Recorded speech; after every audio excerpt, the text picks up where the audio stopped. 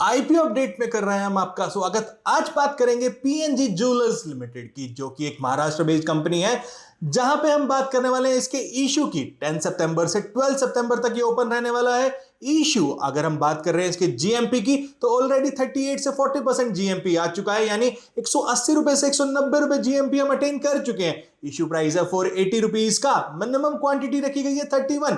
अगर आप HNI category में अप्लाई करना चाहते हैं और स्मॉल कैटेगरी है तो 14 लोड, और एचएनआई बिग कैटेगरी में हम बात करते हैं 68 लोड्स की बात की गई है। कंपनी डील करती है, नाम में ही है ज्वेलर्स, तो मेटल्स यानी गोल्ड सिल्वर में डील कर रही है। लिस्टिंग होने वाली है 17 सितंबर को।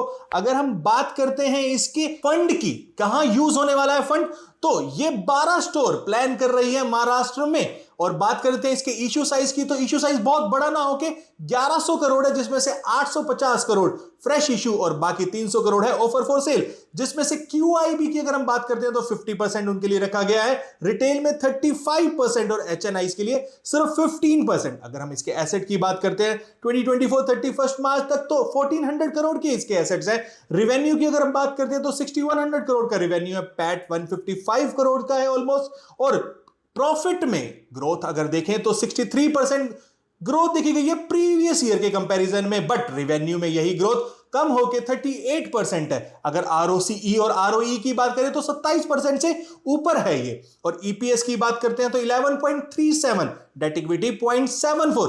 अगर आप बात कर रहे हैं इसको अप्लाई करना चाहिए नहीं करना चाहिए, तो इसके मेजर दो नेगेटिव पॉइंट्स है। मेजोरिटी स्टेक, अगर मैं बात करता हूं इस कंपनी का मेजोरिटी स्टेक है एसवीजी बिजनेस ट्रस्ट, जो कि एक फैमिली बिजनेस ओन ट्रस्ट हो सकती है, जहां पे मेजोरिटी स्टेक है, तो एक नेगेटिव पॉइंट ही है। दूसरा, 65% ऑफ बिजनेस पुणे में कंसंट्रेटेड है। तो यहां पे लोकेशन के अकॉर्डिंग अगर बिजनेस की बात कर रहा हूं तो मेजोरिटी वहां पे जा रही है पुणे में, जिसकी वजह से दो नेगेटिव पॉइंट इस आईपीओ में देखे गए हैं।